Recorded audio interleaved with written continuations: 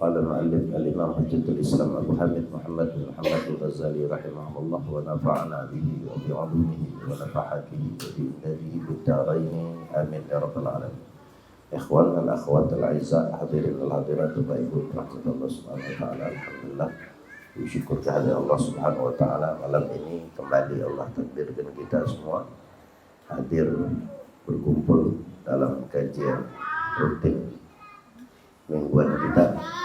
Mudah-mudahan Allah subhanahu wa ta'ala melimpahkan rahmat keberkahan kepada kita semua. Amin ya rabbal alamin. Baik, melanjutkan kajian kita terkait dengan kitab Mukasyabahul Qulub. Kemarin kita sudah memasuki bab yang kedua, fil khauf minallahi ta'ala aidan, yaitu masih seputar al-khauf, rasa takut kepada Allah subhanahu wa ta'ala, sampai pada gubahan syair a'inayya halla tadhiyan ala dhanbi tanazara amri min yadayya wala adri. Syair ini menjelaskan atau menjelaskan tentang hadis sebelumnya. Bukan menjelaskan, tapi harapan beliau terkait dengan hadis sebelumnya, yaitu hadis yang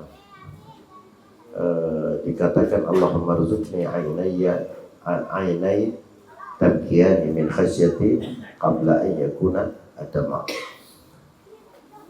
Kemudian beliau mengatakan a'inayya halla tabkiyan ala dhanbi. Kenapa kedua mataku ini tidak menangisi terhadap dosa-dosa? Tanazara umri, tanazara itu berguguran, artinya berlalu umurku, min yadayya dari sisiku, dari tanganku, fala adri, sementara aku tidak mengetahui.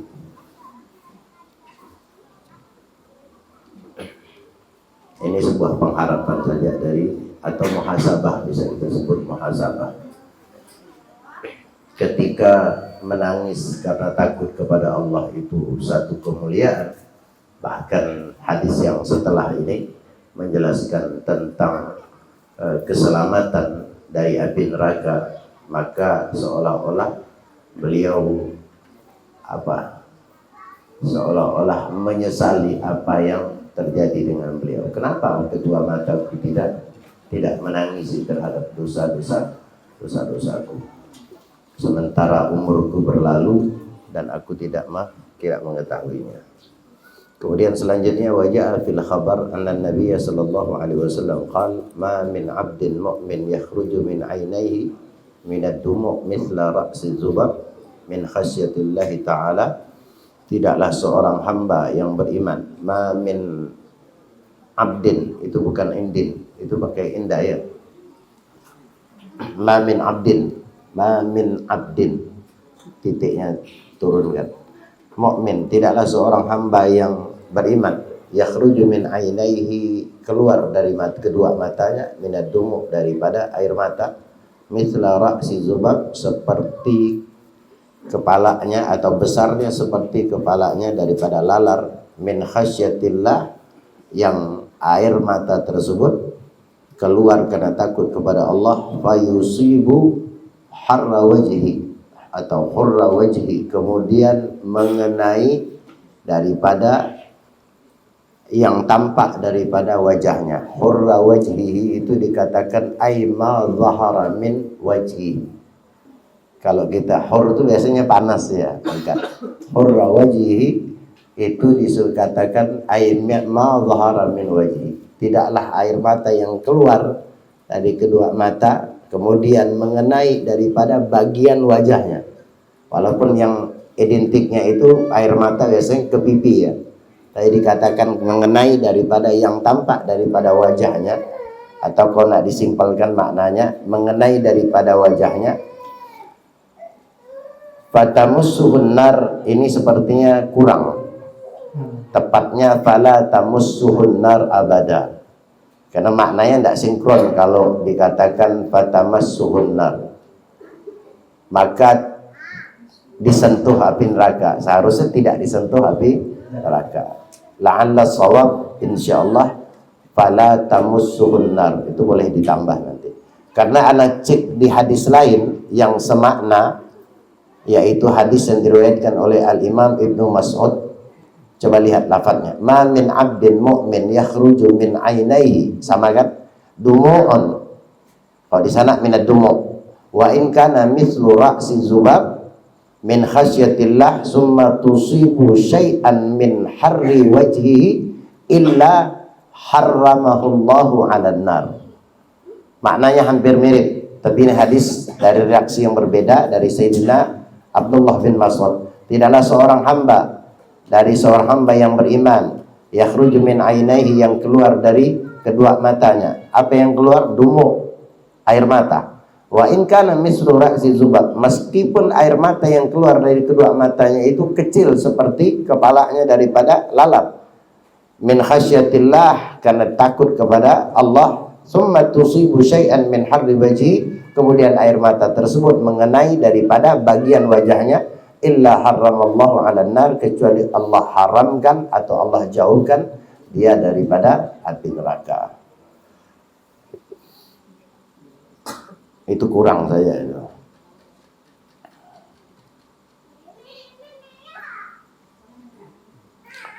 Dalam hadis lain disebutkan ainan la tamussuhumun nar. Ada dua mata yang tak disentuh oleh api neraka. Ainun bakat min khasyatillah wa ainun tahrusu fi sabilillah atau kama qala.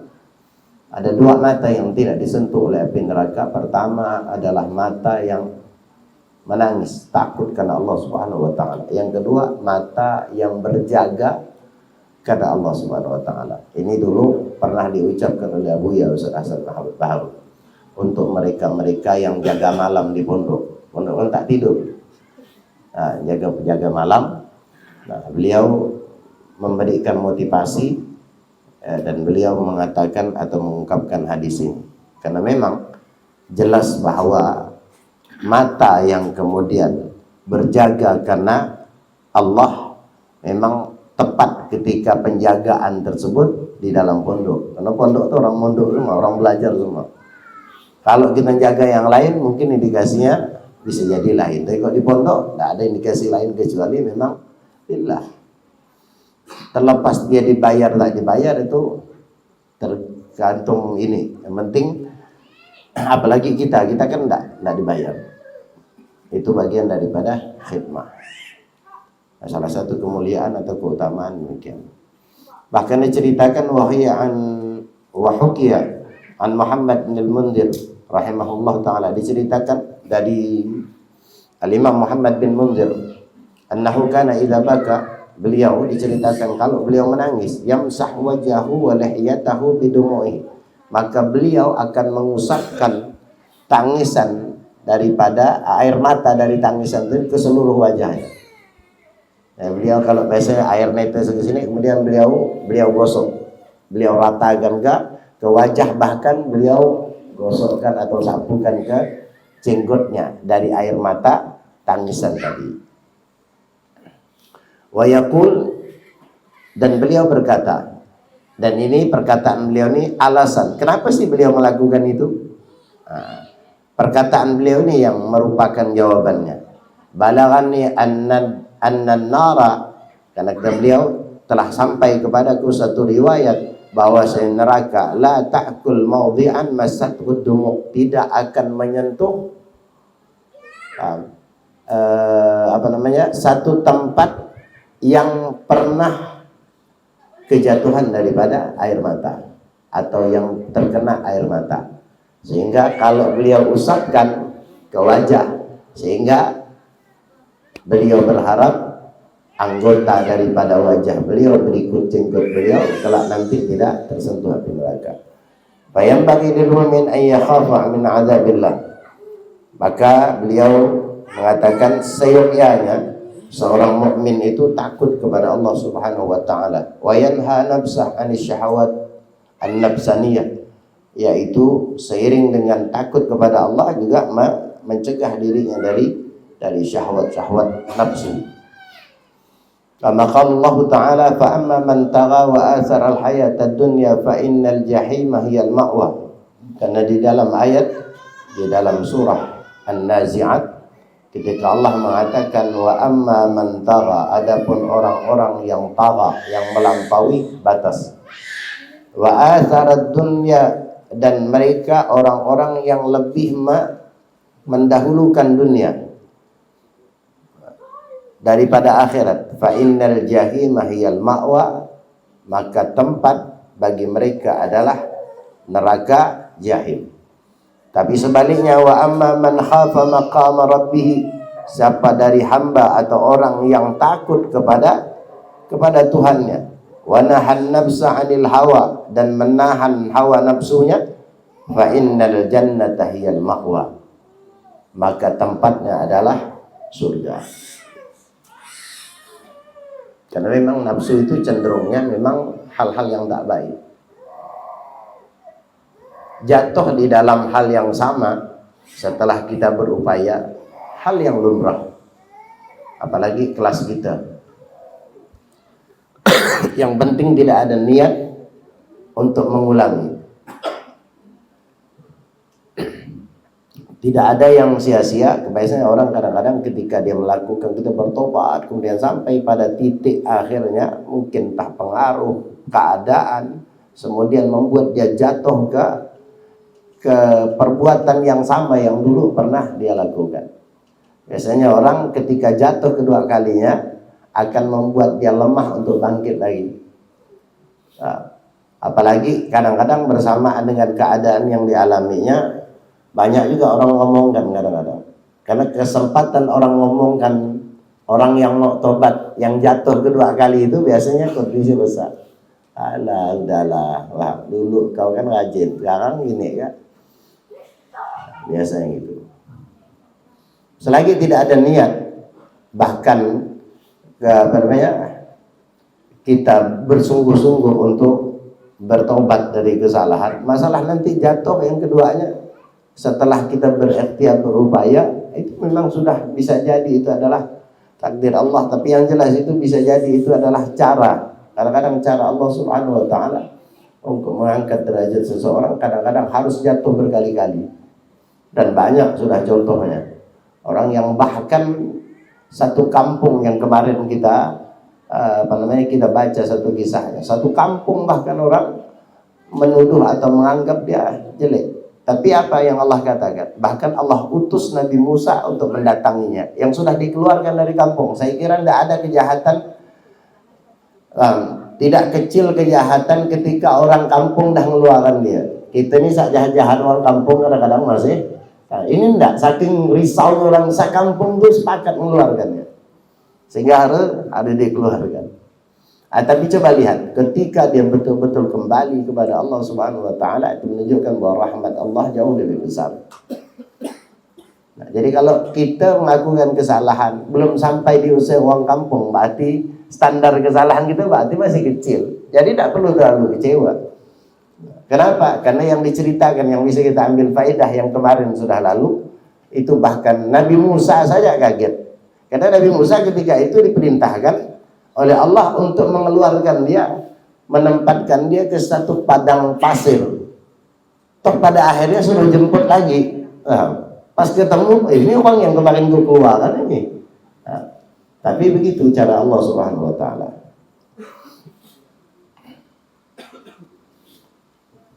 Kemudian selanjutnya, man arada an yanju min 'adzabillah, siapa orang yang ingin selamat dari azab Allah Subhanahu wa Ta'ala, wa yanala thawaba rahmati, dan ingin memperoleh daripada pahala dan rahmatnya, falyasbir ala syada'idid dunya, maka hendaknya dia bersabar terhadap kesusahan, kesulitan, kepayahan dunia.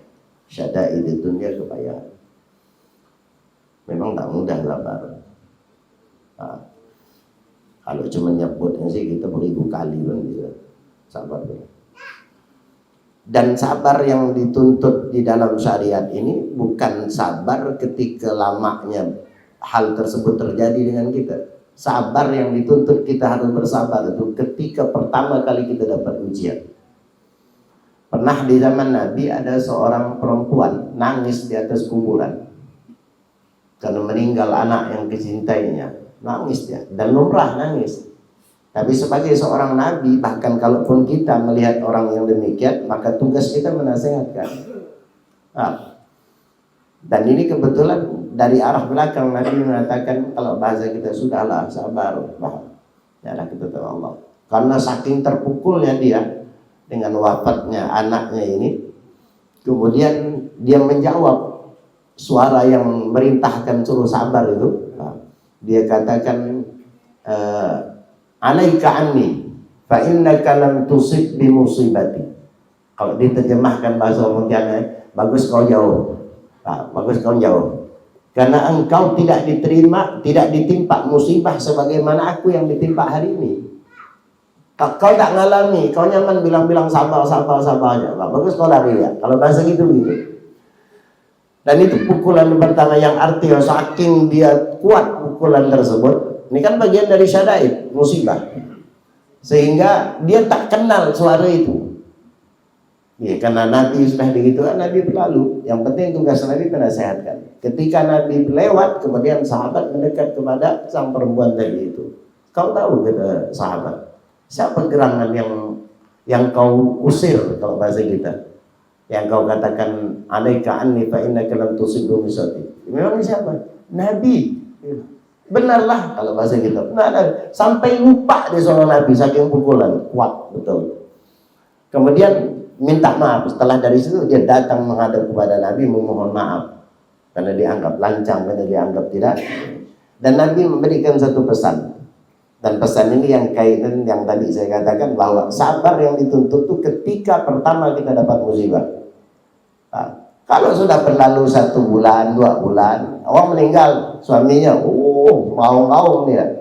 Dapat 2 bulan, ketawa. Bahkan belum sampai 4 bulan ke tempat kita nih. Hari ke-7 dia paling besar suara. Kan begitu Pak kita kan? Padahal kemarin itu tiang nisan tuh nak digoyang modelnya.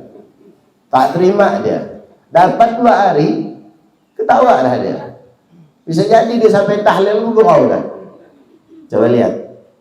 Maka kalau sabar karena berjalannya waktu, semua orang bisa. Apalagi memang dah ada pilihan. Mau tak terima pun dah terjadi. Jadi kalau dia 10 hari kemudian dia bilang alhamdulillah bisa sabar, bukan alhamdulillah. Itu semua orang pun dah bisa. Maka oleh karena itu Nabi mengatakan, apa kata Nabi? As-sabru inda sadmatil ula. Sabar itu kata Nabi ketika pukulan pertama. Kalau kau dah, bahkan jaraknya tak jauh ya. Dia datang dari sini kemudian menghadap kepada Nabi. Sadar berapa saat kemudian. Tapi Nabi mengatakan as-sabru inda sadmatil ula. Jadi sabar yang paling payah itu ketika kita dapat tekanan itu. Pertama kali dapat berita itu yang sulit. Tapi bagi orang-orang yang keimanannya mantap, ini tidak sulit bagi dia. Bagi kita sulit. Kenapa? Pernah dicontohkan kepada Sayyidina Umar. Sayyidina Umar lagi sedang berkuda, kalau saya tidak salah dalam riwayat seperti itu. Sayyidina Umar sedang lagi jadi senang di dalam perjalanan. Meninggal anak beliau, kalau tidak salah. Kemudian diberitakanlah kepada beliau. Disusul tengah perjalanan ketemu Sayyidina Umar, anak meninggal. Sedikit pun tak berubah wajah Sayyidina Umar. Kemudian apa dia lakukan? Dia turun dari kendaraannya, dibentangkan, kalau bahasa kita, sejadah. Karena waktu itu mungkin tempat sholat, kemudian beliau sholat. Kalau kita tak tempat sholat ya, langsung kita angkat gas. Kalau di motor, kalau mobil ada masa, kalah ambulan laju kita.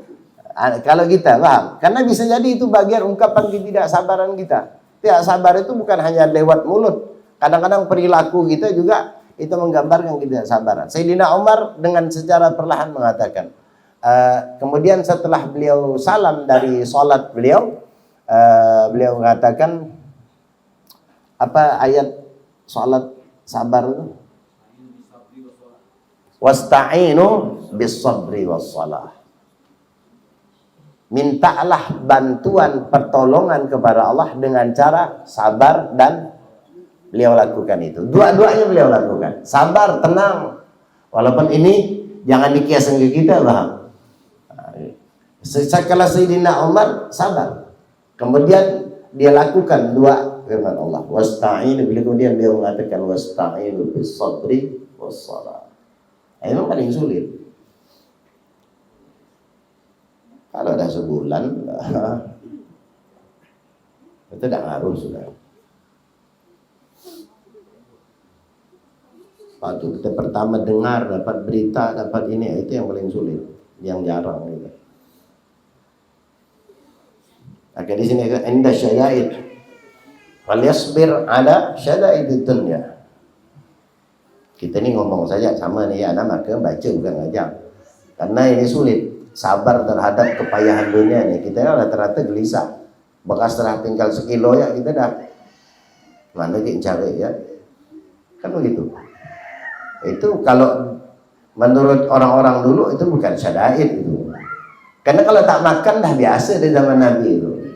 Nah, mereka tak anggap itu sebagai syada'id. Kita kalau agama difitnah di ini kan tidak menganggap itu ujian syada'id. Wah. Kalau Bapak Wot, wah syada'id. Oh ini tak bisa nih, ini mati pun aku. Oh. Agama ada tak? Bapak Wot bakas naik ini dah, oh mau dia bunuh pun tak apa. Itu dia. Wa ta'atillah, dan bersabar terhadap taat kepada Allah.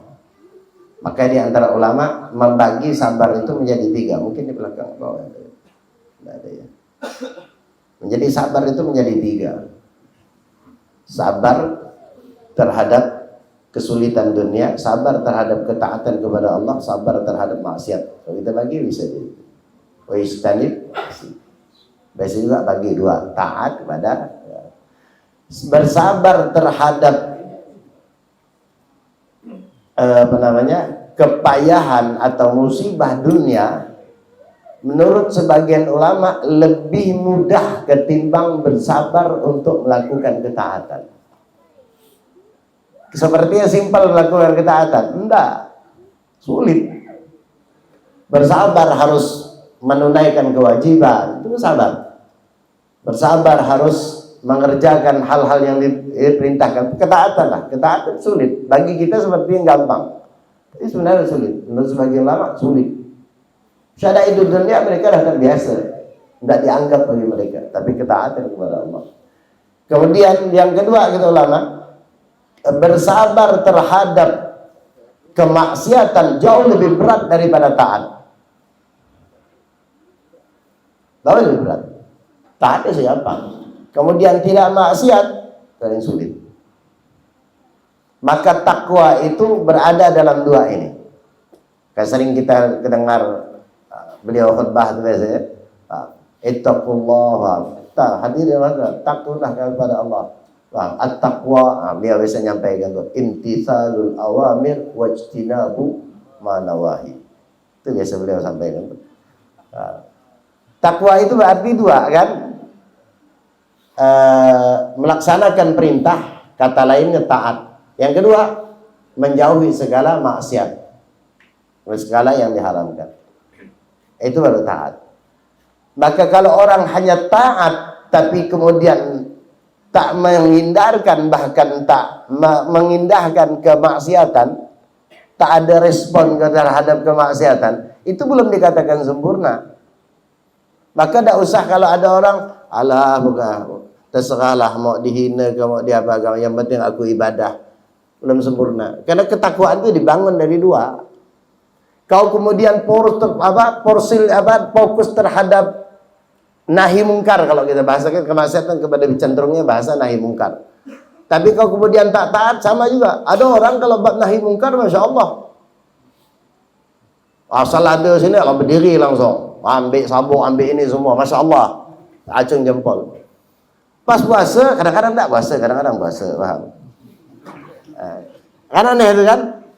Ini kata ulama, ya satu sisi ini pondasi takwa, tapi kesempurnaan takwa itu baru berdiri kalau dua. Tidak bisa ada orang kemudian Maka aneh kadang-kadang kalau kita lihat ada orang fokus pada taat saja. Hal-hal yang ini tidak ada ghirah, tidak ada semangat terhadap kemaksiatan, terhadap kemungkaran. Itu bahaya itu. Makanya Rasulullah mengategorikan paling lemahnya iman. Man ra'a minkum munkaran falyughayyirhu biyadihi fa illam yastati' fa bilisanihi fa illam yastati' fa biqalbihi wa dzalika. Ada orang bahkan bukan hanya tak benci, tapi bahkan benci dengan orang yang berbuat atau menegakkan kemungkaran. Ini aneh nih. Udahlah dia tak menegakkannya, orang yang negakkan dia tak suka. Kita tak melakukan apa-apa, benci saja dengan kemungkaran, itu sudah dikategorikan lemah. Macam mana kalau kita benci dengan orang yang menegakkan kemungkaran? Dah ada bingung tuh. Tak bisa. Minimal bah. Kalau caranya kita tak setuju, caranya, jangan mungkarnya. Aku kalau cara itu aku kurang respect lah. Boleh. Cara itu kan pilihan. Tapi kalau tak suka, wah, agama ini lembut. Lendak semua agama lembut, boy. Iya. Siapa tak tahu agama itu lembut? Tapi Nabi keras pada posisinya. Nah, orang tuh kadang-kadang lalu agama semua jadi lembut karena Al-Quran diinjak di apa? Sabar. Bukan sabar, nanti salah tempat. Bukan, harus tak suka. Masalah nanti cara kita mengungkapkan ketidaksukaan, mungkin dengan cara kasar, kita ini bukan tipe saya. Anda pun bisa memilih itu. Dan Anda pribadi Anda sendiri tidak suka kalau dengan cara yang terlalu berlebih-lebihan ya. Tidak suka. Karena apalagi di akhir zaman ini. Tapi bukan berarti tak boleh keras. Harus keras. Karena kemungkaran itu lawannya memang keras. Ada posisi ya. Nah, minimal itu. Karena ada hadis, saya baca hadis Nabi SAW. Kata Nabi akan datang satu umat nih. Kaifa antum idza ra'aitum ma'rufan munkaran wa ra'aitum munkar ma'rufan. Sampai masanya kita ini akan dihadapkan dengan satu zaman. Kata Nabi, bagaimana nanti kalian ketika kalian melihat kema'rufan, kebaikan itu sebagai kemungkaran dan melihat kemungkaran sebagai hari ini kan gitu. Sampai masanya kata Nabi seperti itu. Hari ini kita alhamdulillah masih melihat, walau mungkin kita tak respon betul, tapi alhamdulillah kita masih diberikan oleh Allah kemampuan melihat, kekuatan melihat ini tak benar, ini mungkar. Masalah nanti kita respon apa hendaknya, tapi kita masih diberikan Allah itu. Sampai satu saat nanti yang kita takutkan itu ketika kita melihat kemungkaran, ini baik ini boy. Sebagai kebaikan. Justru melihat kebaikan kemungkaran. Nanti sampai masanya orang model kayak kita nih dilihat orang sebagai pelaku kemaksiatan. Bisa jadi. Ini Nabi mungkin belum masanya, tapi Nabi sudah memberitakan hal yang demikian. Jadi al yasbir ala syada'idud dunya wa ta'atillah wa istanib al ma'asi. Menjauhi kemaksiatan juga perlu kesabaran. Ada orang yang kadang-kadang, dan di zaman Nabi ada Nabi, bisa tak minta keringanan. Ngapa pula? Saya ini tak bisa kalau tak ada zinah ke apa waktu itu. Ada. Iya. Saya tak bisa kalau tak zina. Oh ini orang aneh nih. Paham? Tapi ada di zaman Nabi itu yang model macam ini tak ada. Boleh tak? Kata Nabi. Kata Nabi boleh. Dengan satu syarat. Kau cari tempat yang sekiranya Allah tak tahu. Oh dia suka karena dia tak terfikir itu. Dia fikir boleh enggak. Sampai di rumah mikir. Di mana tempat Allah tak tahu ya? Ujung-ujung tak jadi. Tapi kalimat boleh ini hanya diucapkan oleh Nabi. Karena memang Nabi tahu. Model kita jangan boleh tak apa ente. Ente bukan ente Pak.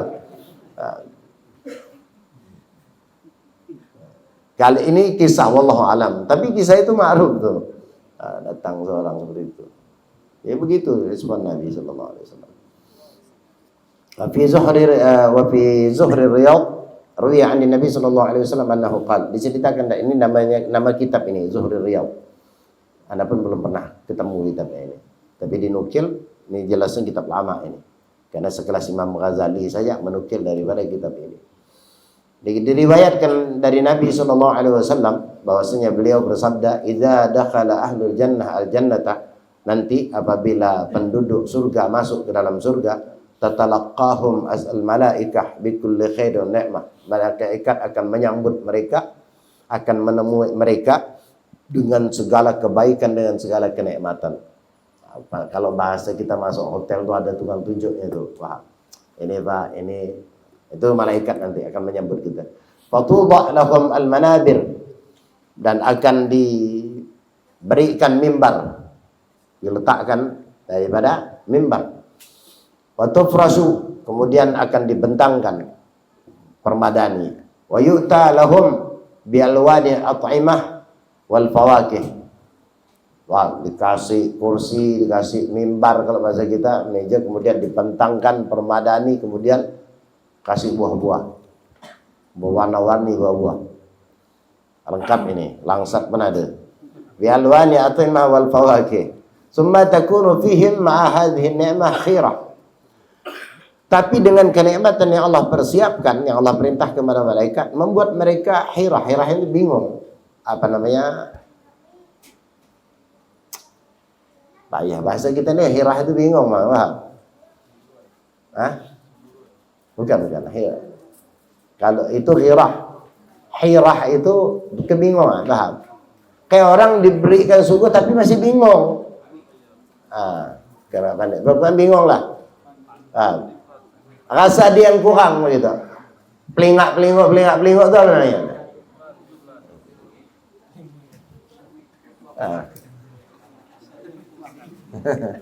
Indonesia Raya. Nama hirah, bingung, paham? Padahal dengan segala kenikmatan, tapi terlihat dari wajah mereka itu macam orang agak kebingungan gitu. Fayaqulullah, maka Allah berkata, Allah Maha tahu, ya ibadi, wahai hambaku. Ma hadhil hira. Apa yang kau bingungkan? Kita tuh kadang-kadang terbingung. Ada orang diberikan terperangah, apa namanya? Bukan terperangah, terpelongo. Itu bahasa Indonesia kan bahasa Pontianak ya? Nah, tercengang. Kenapa kok bingung? Kayak tercengang itu adalah gambaran dari kebingungan. Sesuatu yang mungkin yang dipikirkan tak terjawab, biasanya gitu. Walaysat hadhihi daru khirah. Kata Allah, ini bukan tempat kebingungan. Kau nak bingung di dunia kemarin tuh. Maka kalau kita bingung di dunia wajar, bingung tempatnya. Cuman ya terlalu bingung betul. Pagi karena kalau lihat pening malah gitu tadi. Bisa gila ini. Hirah. Kata Allah, ini rumah, artinya surga ini bukan rumah Hirah. Kan suatu kebingungan. Fa yaqulun, mereka kata, inna lana mau'idan qad jaa waqtah. Bahwa apa yang dijanjikan telah datang, telah tiba kepada kami. Fa yaqulullahu ta'ala lil malaikah, maka Allah kata perintahkan atau katakan kepada malaikat, irfa'u al-hujab. Baru dihadirkan makanan, buah-buahan dengan segala macam bentuknya, udah tengangak, terpelongok, kata orang Pontianak. Ini Allah katakan, apa kau bingung kan? Ini bukan tempat pelongok. Pelongok di dunia selesai sudah. Ini akhirat, surga. Tapi Allah katakan, hai malaikat, coba kau angkat hijab. Al-hujab tu hijab. Ada hijab. Anil wujuh. Al-hijab anil wujuh. Jadi kelak nanti pun masih ditutupi oleh hijab antara seorang hamba dengan Allah Subhanahu wa taala. Fataqulul malaikah, maka malaikat berkata, ya Rabbana kaifa yarawnaka, ya Allah bagaimana kami melihatmu? Wa kad kanu usah. Ya Rabbana fa kaifa yarawnaka, bagaimana mereka bisa melihatmu ya Allah?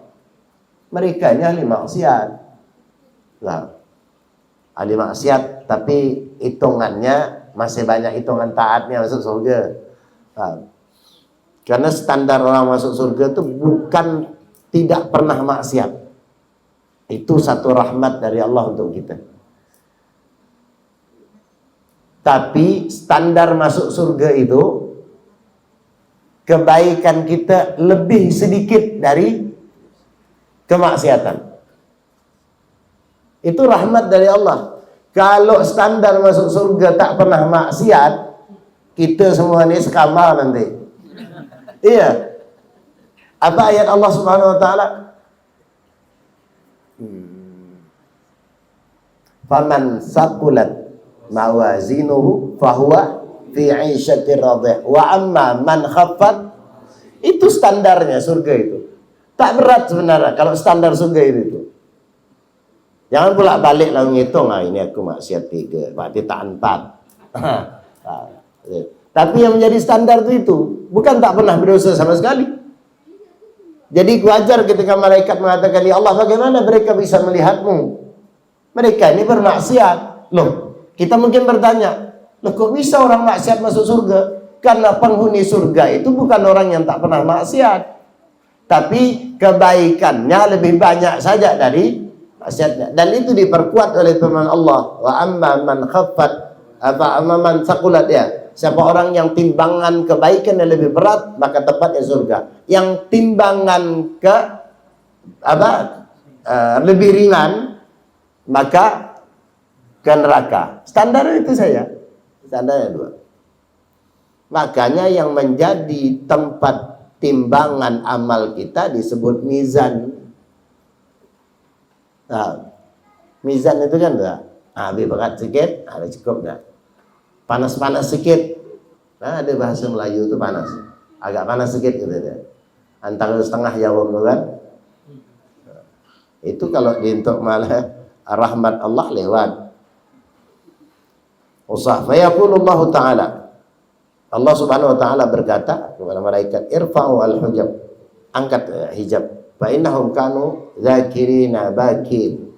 Ini yang menjadi kenapa Allah masih tetap memberikan kesempatan untuk diangkat hijab dan sehingga mereka dapat menyaksikan dan melihat Allah. Kenikmatan surga yang paling terbesar itu bukan makanan tadi itu. Kenikmatan surga yang terbesar itu bukan bidadari, bukan. Kenikmatan surga yang tertinggi terbesar itu ketika penghuni surga diizinkan melihat wajah Allah. Itu yang nikmat. Maka dikatakan di sini fa innahum kanu dzakirin. Kenapa Allah tetap masih memberikan kesempatan kepada mereka sehingga mereka dapat melihat Allah Subhanahu wa taala? Kata Allah kepada malaikat, kanu dzakirin. Mereka orang-orang yang berzikir, pernah berzikir mereka. Bakin, mereka pernah menangis di dunia. Tama'an fi liqa'i. Yang mana tangisan zikir mereka itu mereka berharap agar dapat bertemu denganku. Nah sekarang tak kukabulkan mereka, tak mungkin kukabulkan, karena mereka pernah menangis berharap, walaupun pernah jatuh dalam perbuatan dosa, tapi mereka pernah berzikir bahkan menangis meminta kepada aku, kata Allah, agar aku dapat bertemu dengannya. Fatarfa'ul hijab, maka diangkatlah daripada hijab. Fayanzuruna, maka mereka pun melihat kepada Allah Subhanahu wa taala. Fayakhrujuna sujjadan lillahi azza wa jalla. Kemudian mereka keluar dalam keadaan bersujud kepada Allah Subhanahu wa taala. Fa yaqulullahu taala, maka Allah pun berkata, saking senangnya mereka itu diperkenankan melihat kepada wajah Allah, setelah itu mereka bersujud sebagai bentuk rasa syukur mereka, terima kasih mereka kepada Allah. Tapi kemudian Allah Subhanahu wa taala berkata lagi, irfa'u ru'usakum, angkat kepala kalian. Tak usah tunduk, tak usah sujud. Fa inna hadhihi laysat bidaril amal. Ini bukan lagi rumah amal yang kalau kuberikan nikmat kau harus balas, kalau bahasanya.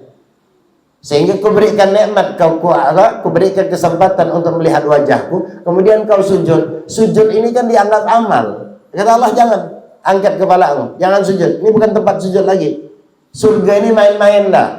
Dah tak ada lagi sujud, tak ada tahajud, tak ada baca Quran. Kalau bahasa kita main-main dah.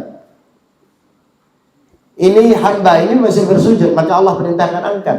Dan Allah mengatakan, ini bukan rumah amal, artinya ini bukan dunia. yang memang tempat amal. Ini surga, darul karamah, yaitu tempat kemuliaan, tempat di mana Allah untuk memuliakan hambanya. Jadi tidak ada yang kepayahan, tidak ada. Fayatajalla lahum bila kaifin.